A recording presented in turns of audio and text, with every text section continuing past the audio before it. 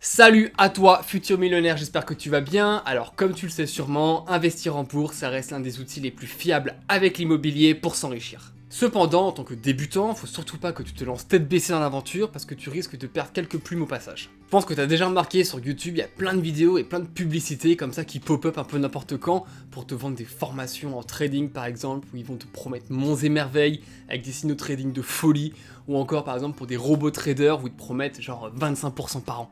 En tant que débutant dans l'investissement en bourse, il faut vraiment que tu fasses attention à ce que tu vois sur internet, parce que tu risques de faire pas mal d'erreurs qui vont te faire perdre pas mal d'argent. Dans cette vidéo, je te propose de voir les 7 erreurs les plus fatales quand tu investis en bourse. Des petits trailers, j'en ai fait quelques-unes. Allez, c'est parti. La vision des gens dans le monde dans lequel on vit aujourd'hui est ultra court-termiste. On veut tout de suite. Je veux quelque chose, je vais sur Amazon, je l'achète. Je veux une voiture, je vais à la banque, je prends un prêt conso, je l'achète. On était conditionné à être impatient. Dans la tête de la plupart des gens, la bourse c'est exactement pareil. Ils voient un investissement sur le court terme où l'objectif c'est d'acheter une action pas trop chère, de la revendre plus chère et de faire une plus-value. Et pour te dire, je parle vraiment en connaissance de cause parce que j'échange beaucoup avec mes amis sur les finances personnelles, l'investissement ou encore la liberté financière. Et quand je leur explique par exemple ma stratégie d'acheter des actions à dividendes, ils sont ultra frustrés du peu de revenus que ça apporte au début. En fait, la liberté financière, ils la veulent, mais ils la veulent tout de suite. Si tu veux, ils recherchent vraiment à faire un gros coup tout de suite, quitte à prendre d'énormes risques. Et en attendant, ils font rien, ils attendent juste le bon moment qui arrivera peut-être jamais en fait. Si tu réfléchis sur le long terme, tu vas être gagnant sur plusieurs niveaux. Tout d'abord, plus tu vas investir sur le long terme, plus tu vas réduire le risque de tes placements. Alors pourquoi ? Tout simplement parce que sur le long terme, les marchés financiers, ils augmentent. Et pourquoi ils augmentent ? Parce qu'il y a de la croissance. Le jour où les marchés financiers descendront pendant une dizaine d'années consécutives, c'est qu'on est en récession. Et crois-moi qu'à ce moment-là, ton portefeuille boursier, ça sera sûrement la dernière chose dont tu auras à te préoccuper. Récession, ça signifie pauvreté et forcément, un jour ou l'autre, guerre civile.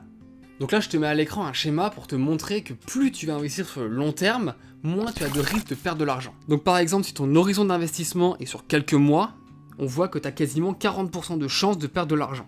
Au bout d'un an, tu réduis à 30%, au bout de 10 ans, tu n'es plus qu'à 11,5%, et à partir de 20 ans, tu as 0,1% de chance de perdre de l'argent. Alors j'en profite juste pour te dire que ce schéma-là, c'est moi qui l'ai créé et je l'ai mis sur mon compte Instagram, donc je t'invite à me suivre, je poste tous les 2 jours du contenu sur les finances personnelles et sur l'investissement. Et du coup, le second axe où tu vas t'enrichir sur le long terme et qui marche pas du tout sur le court terme, c'est que tu vas faire fonctionner les intérêts composés. Et les intérêts composés, comme disait Albert Einstein, c'est la 8e merveille du monde et je suis entièrement d'accord avec lui. Alors les intérêts composés, c'est quoi exactement ? Alors admettons que tu investis 1000 € et que ça te rapporte 10% par an. Alors 10% par an, c'est pas une valeur au pif, c'est ce que le S&P rapporte en moyenne sur une période de 150 ans, par an. Donc à la fin de la première année, tu auras un capital de 1000 € avec 100% d'intérêt, soit 10% de 1000 €, donc tu auras 1100 €. La seconde année, tu auras toujours 10%, mais plus sur 1000 €, mais sur 1100 €, donc tu auras 1210 €. La troisième année, 1331, et ainsi de suite, et ainsi de suite. Et si en plus de ton capital de départ de 1000 €, tu investis un petit peu tous les mois et que tu réinvestis tous tes intérêts, tous tes dividendes, t'exploses tout. C'est justement à ce moment-là que les intérêts composés, ils prennent tout leur sens. Juste rapidement, je te montre sur Morning, ils ont un simulateur d'intérêts composés, c'est assez ouf. Donc pour résumer cette première partie, en bourse, il est préférable de garder ses titres le plus longtemps possible. Ça va te permettre tout d'abord de diminuer ton risque de perdre de l'argent, de faire marcher les intérêts composés, d'éviter de payer des frais de courtage trop importants et d'éviter de payer d'éventuelles taxes sur les plus-values. Sur le court terme, c'est possible, tu vas gagner une fois, 2 fois, allez peut-être 3 fois, mais au bout d'un moment, tu vas te brûler les ailes et surtout tu vas te dégoûter des marchés financiers et de la bourse. Trader, c'est un métier à plein temps finalement et c'est clairement pas le métier que je veux faire. Donc je te conseille vivement d'opter pour une stratégie à moyen, long terme, voire très long terme. Retiens juste cette phrase, la patience est la mère de toutes les vertus. Un des éléments clés pour investir sur les marchés financiers, ça va être de construire un portefeuille qui est correctement diversifié. Mais tu vas me dire, c'est quoi un portefeuille qui est correctement diversifié ? En gros, si tu investis sur une seule action, c'est un peu comme si tu faisais all-in sur un chiffre à la roulette dans un casino. Donc soit ça passe et tu gagnes beaucoup d'argent, soit tu perds tout. Donc t'imagines bien que c'est la pire stratégie, et malheureusement, il y a beaucoup d'investisseurs débutants qui sont pas assez formés, qui font ce genre d'erreur. Alors pour illustrer un peu mes propos, je vais te parler d'un mec que je connais, donc qui était ingénieur, qui était très intelligent, qui était ultra doué dans ce qu'il faisait, dans son métier, et qui a fait ce qu'on peut appeler un kit ou double sur la bourse. Donc si je t'en parle dans cette vidéo, t'imagines bien que ça s'est très mal passé. Donc cette personne-là a mis une bonne partie de ses économies, de son épargne, soit 26 000 € si je me souviens bien, dans une entreprise, une seule entreprise qui s'appelle Genfit. Genfit, pour ceux qui connaissent pas, c'est une biopharma française. Autant dire, c'est un marché ultra risqué. Donc à l'époque, il avait acheté chaque action à environ 20 €, et aujourd'hui, on est le 19 mai 2022, le jour où je tourne la vidéo, et l'action est à 3,40 €, soit environ, à la louche, 85% de moins-value latente.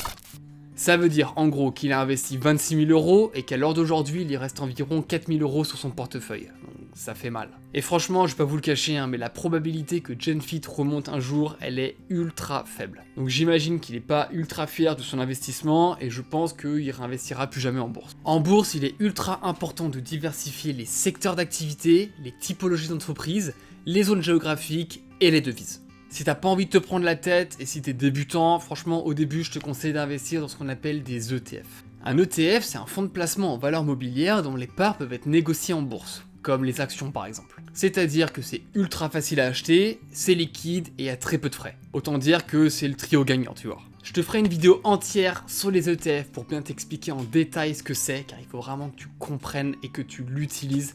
C'est un outil financier qui est ultra simple et ultra passif, donc c'est vraiment génial. Mais en attendant, dans cette vidéo-là, je te propose un ETF justement avec une diversification extrême, je pense même la plus extrême possible.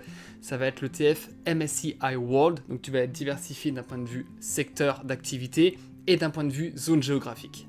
En vrai, je pense que c'est vraiment difficile de faire plus diversifié que cet ETF-là. Et si tu es un investisseur dans le sens global, un peu comme moi, je te conseille vraiment de diversifier tes placements, tes investissements. Alors, qu'est-ce que ça veut dire? Tout simplement, ça veut dire qu'il ne faut pas que tu mettes 100% de ton capital dans la bourse. Tu mets dans l'IMO, dans les cryptos, etc. L'idée, c'est de diversifier son risque. Par contre, attention, il y a vraiment un point d'équilibre à trouver entre pas assez de diversification et trop de diversification. Trop de diversification, ça va te faire perdre du temps, de l'argent et de l'énergie. Savoir dans quoi t'investis, c'est une des règles d'or du célèbre investisseur philanthrope Warren Buffett. Si tu regardes son portefeuille boursier, tu remarqueras qu'il n'y a que des entreprises avec un business model super simple à comprendre. Apple, tu connais, je connais, tout le monde connaît. Bank of America, une banque, simple à comprendre. American Express, c'est une entreprise financière américaine qui est spécialisée dans les moyens de paiement, notamment pour ses cartes. Coca-Cola, des boissons non alcoolisées, tu connais. Et là, je t'en donne une cinquième, par exemple Kraft, c'est une entreprise agroalimentaire américaine, donc rien de bien sorcier. Tu vois, c'est clairement des entreprises qui sont ultra simples à comprendre. Et dans le même genre, tu vas par exemple retrouver les pétrolières, les fournisseurs d'électricité et d'eau, ou encore toutes les entreprises de la consommation discrétionnaire ou essentielle. En gros, investir dans des entreprises complexes, notamment les nouvelles sociétés high-tech ou encore les nouvelles biopharma, c'est pas du tout conseillé si t'es un investisseur débutant. Pour résumer, il est fortement déconseillé d'investir dans une entreprise dont on pige rien à ce qu'elle fait. Concentre-toi plutôt sur des sociétés avec des business models faciles à comprendre. Essayer de timer le marché signifie acheter bas et revendre haut. Autant dire que c'est quasiment impossible pour un investisseur novice. Et finalement, ce point, il rejoint un peu l'erreur numéro 1 qui consiste à penser à court terme. Quand tu vas vouloir timer le marché, tu vas devoir te battre, tu vas être en guerre contre les meilleurs traders des plus grandes banques mondiales et des plus grands fonds d'investissement mondiaux. Il faut bien que tu comprennes que ces traders, ils possèdent des outils dernier cri, des algorithmes qui ont été créés sur mesure et encore des terminaux Bloomberg qui donnent les informations en temps réel. En gros, ça veut dire que tu auras toujours un train de retard sur eux et que tu vas te faire rincer dans tous les cas. Et ça, franchement, il y a beaucoup de chances que ça te dégoûte de la bourse. J'ai également identifié 2 autres points négatifs de faire du day trading. Tout d'abord, tu vas payer beaucoup de frais de courtage, c'est-à-dire qu'à chaque achat et à chaque revente d'actions, de titres, tu vas payer des commissions ou encore des frais de courtage. Donc c'est pas des gros montants, mais mis bout à bout, ça va commencer à chiffrer et ça va faire baisser ta rentabilité. Et le deuxième point, c'est que tu vas te créer un nouveau métier. Et comme je le disais dans l'erreur numéro 1 qui était de penser à court terme, le trading c'est un métier à plein temps. En gros, tu vas devoir passer ton temps derrière le PC, à analyser les graphiques, à lire la presse business. Perso, moi je veux pas du tout me créer un nouveau métier, justement moi je suis plus adepte de l'investissement simple, qui génère des revenus passifs, et moi je veux y passer le moins de temps possible. Par contre, j'ai fait cette erreur dans mon passé d'investisseur. D'ailleurs, je suis très content d'avoir fait cette erreur, pour le coup le plus tôt possible, parce que j'ai beaucoup appris. Du coup, je t'explique rapidement. En fait, mi-2017, un ami à moi m'a parlé du Bitcoin pour la première fois. Donc lui, il était déjà un peu dans le truc, donc il m'a expliqué, on a échangé, et j'ai vite compris le potentiel de cet écosystème, le potentiel des crypto-monnaies et de la blockchain. Du coup, je me suis formé, j'ai lu des bouquins, j'ai regardé des blogs, j'ai regardé des forums, j'ai poncé YouTube, j'ai regardé plein de vidéos sur YouTube pour bien comprendre. Et je me suis lancé. Ayant aucune connaissance en investissement et en trading, je me suis dit, bon, on va y aller tranquille. Pas du tout, j'ai mis 4000 €. Direct, sans me poser de questions, je me croyais beaucoup plus intelligent que le marché, je voulais acheter bas, revendre haut, faire exploser la banque. En vrai, je me voyais déjà millionnaire sur une plage, mais vraiment rafler la mise, tu vois. Pour te dire, j'étais au taf, je passais ma journée devant le PC avec un écran avec mes mails, etc. et un autre écran, donc un grand écran avec tous les outils d'analyse, je suivais le Bitcoin en temps réel. J'achetais, je revendais même plusieurs fois par jour. Et le problème des cryptos, contrairement au marché financier, c'est que t'as pas de limite, c'est ouvert 24 h sur 24, 7 jours sur 7. Du coup, j'y passais mes soirées, mes week-ends, mes vacances, franchement, j'étais fou. Le pire, c'est que j'y pensais la nuit et je dormais mal. Au final, je te raconte ça, mais j'ai quand même gagné de l'argent. En fait, le marché en 2017, fin 2017, il était tellement fou. Je crois que j'ai acheté mes premiers bitcoins à 3300 €. Le marché, il était monté à 17 000 €, il me semble. Donc, peu importe les conneries que tu faisais, peu importe les bêtises, les mauvais investissements, tu gagnais de l'argent. Donc je suis ressorti avec du cash, mais si j'avais juste acheté et pas touché pendant cette période-là, mais j'aurais gagné genre 5 ou 6 fois plus. Donc pour résumer, je te conseille vraiment d'avoir une approche, un horizon d'investissement long terme, c'est-à-dire d'acheter et de garder. Et pour pallier à la volatilité des marchés, il y a une méthode toute simple qui s'appelle le DCA, donc le Dollar Cost Averaging, qui consiste simplement à investir de manière régulière de petites sommes et étalées dans le temps. Ça va te permettre simplement de lisser ton risque dans le temps. Je ferai une vidéo entière sur le DCA pour t'expliquer ça en détail. Si tu achètes une voiture, tu vas te renseigner avant, par exemple sur le modèle ou encore sur les caractéristiques techniques. Tu vas aller par exemple à la concession pour parler à un professionnel qui va te guider, qui va te renseigner sur la voiture qui va te correspondre le mieux par rapport à ton style de vie. Par exemple si tu roules beaucoup, si tu as des enfants par exemple. Dans l'investissement en général, c'est exactement pareil. Il faut se former, c'est primordial. Personnellement, ça me ferait ultra peur, ça me ferait ultra stresser d'investir mon argent, mon épargne dans quelque chose que je comprends pas et dont j'ai aucun intérêt. Que ce soit pour l'immobilier, pour les cryptos ou encore pour la bourse, tu dois te former. C'est ultra important d'augmenter son intelligence financière. Tu dois comprendre dans quoi tu investis avant de mettre le premier euro.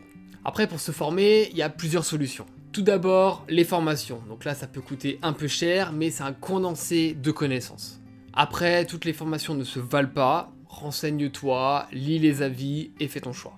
Il y a aussi énormément de contenu très bien, qui est gratuit. Alors déjà, je vais te conseiller de poncer YouTube. Il y a beaucoup de créateurs de contenu sur YouTube qui font des trucs très intéressants et très captivants. Il y a plein de chaînes anglophones et francophones qui ont une vraie valeur ajoutée, qui sont ultra intéressantes dans les domaines des finances personnelles et de l'investissement. Je te conseille également de lire des bouquins, par exemple tous les bouquins de Robert Kiyosaki ou encore L'investisseur intelligent de Benjamin Graham. Pour clôturer cette partie, je voulais finir par une phrase qui finalement résume parfaitement cette partie. Un investisseur bien informé en vaut deux. Les investisseurs qui débutent sur les marchés financiers font souvent cette erreur, celle de ne pas se fixer d'objectifs. La conséquence, elle est simple. T'investis, les marchés montent, tu gagnes de l'argent, tu penses que t'es un bon investisseur. Par contre, sans stratégie, au moindre soubresaut du marché, tu vas stresser et tu risques de revendre au pire moment. Les marchés sont parfois très volatiles. À l'instar de Zoom par exemple, passé de 66 $ en janvier 2020 à un pic de 559 $ en octobre 2020, puis à 119 $ début avril 2021, soit une chute de 78% par rapport à la TH. Ou encore Robinhood qui est passé de 35 $ à son ICO fin juillet 2021 à un pic de 55 $ une semaine après, puis à 13 $ début avril 2021, soit une chute de 75%. Face à une volatilité extrême comme on a actuellement sur les marchés financiers, il convient de garder la tête froide et surtout de ne pas laisser ses émotions prendre le dessus. Et c'est la vision d'un objectif clair qui te fera être focus et rester sur l'autoroute au lieu de sortir à la première sortie. Alors comment se fixer un objectif quand on investit en bourse? Alors déjà il faut savoir que ça vaut pour tous les profils d'investisseurs. Par contre, attention, faire fructifier son épargne, c'est pas un objectif qui est suffisamment précis. Demande-toi plutôt ce que tu veux à court terme, à moyen terme et à long terme. Par exemple, je souhaite avoir un portefeuille d'une valeur de 1 million d'euros et une rente de 3000 euros par mois dans 20 ans. Il faut que ton objectif il soit smart, c'est-à-dire spécifique, mesurable, atteignable, réalisable et temporel. Et du coup, à chaque objectif correspondra à une répartition de ton capital qui sera différente. Si par exemple tu souhaites investir sur le long terme, voire le très long terme, d'une manière la plus passive possible, tu vas investir dans les ETF. Si tu souhaites être un petit peu plus actif, par exemple tu vas te focus sur les actions à dividendes. Par contre, ce qui est super important à comprendre, c'est que chaque objectif et chaque stratégie est propre à un investisseur. C'est-à-dire que ma vision et ma stratégie à moi ne sera pas forcément ta vision et ta stratégie. Tu peux t'en inspirer si tu as envie, par contre il faut que tu l'adaptes à tes besoins. Pour résumer, trouve ton objectif, adapte ta stratégie et reste focus. Peu importe l'horizon que tu choisis pour guider tes investissements, tu seras mené un jour à lire des analyses financières par des courtiers, par des spécialistes, par des intervenants sur des forums ou encore des journalistes sur des plateaux de télé. Et tu vas probablement être aussi tenté de suivre les conseils de personnes influentes sur les réseaux sociaux ou alors dans les médias. C'est tout à fait normal, c'est déjà arrivé à tout le monde, mais il faut faire attention. Par exemple, c'est assez dingue de voir comment un tweet de Elon Musk peut faire exploser une action ou alors l'enterrer en quelques minutes. Par exemple, le 7 janvier 2021, suite à un changement des conditions d'utilisation de WhatsApp, Musk il a publié un tweet où il incitait les gens à utiliser la plateforme Signal qui était plus sécurisée apparemment. Et là, sans réfléchir, il y a eu des milliers d'investisseurs qui ont acheté des actions de l'entreprise Signal Advance. L'entreprise, elle est passée en 2 jours d'une valorisation de 55 millions à, écoute-moi bien, 660 millions de dollars. Le petit problème, c'est que Signal Advance, c'est une entreprise texane qui fournit des services aux travailleurs médicaux et juridiques. Donc absolument rien à voir avec l'application de messagerie Signal dont Musk y parlait dans son tweet. Alors ça peut paraître marrant comme ça quand je te raconte l'histoire, mais il y a peut-être des mecs qui ont investi au plus haut toutes leurs économies et qui ont perdu 95% de leur investissement. Donc t'imagines que là il y a peut-être potentiellement des vies ruinées à cause d'un tweet. Et on va retrouver exactement le même type d'histoire avec AMC ou GameStop avec Reddit. Le fait d'être influencé est tout à fait normal et ça peut nourrir ta réflexion. Et là par contre, il faut faire ultra attention, c'est de ne pas tomber dans l'engrenage néfaste qui mettrait l'analyse d'une personne tierce, par exemple Elon Musk ou les mecs de Reddit, au-dessus de ta propre réflexion. Il y a d'ailleurs un adage qui est ultra connu qui dit que les conseilleurs ne sont pas les payeurs. Généralement, les gens qui vont te conseiller, ils sont entrés bien avant toi et ils vont ressortir bien avant toi. En résumé, fais tes propres choix, prends tes propres décisions et surtout ne te fais pas influencer par l'effet de masse. Futur millionnaire, comme je te le disais dans l'introduction, l'investissement en bourse est ultra puissant pour s'enrichir et pour se diriger vers la liberté financière. Objectif qui, si tu suis cette chaîne YouTube, devrait te motiver. Mais comme tout investissement, il y a des risques forcément, mais qui sont tout à fait maîtrisables si tu as la bonne vision, la bonne stratégie et les bonnes connaissances. Futur millionnaire, j'espère que la vidéo t'a plu. Si c'est le cas, n'hésite pas à lâcher un petit pouce bleu, un commentaire et à t'abonner si ce n'est pas déjà fait. Comme d'hab, je te souhaite une excellente journée, une très bonne semaine, plein de loyers, plein de dividendes et on se dit à la prochaine. Ciao!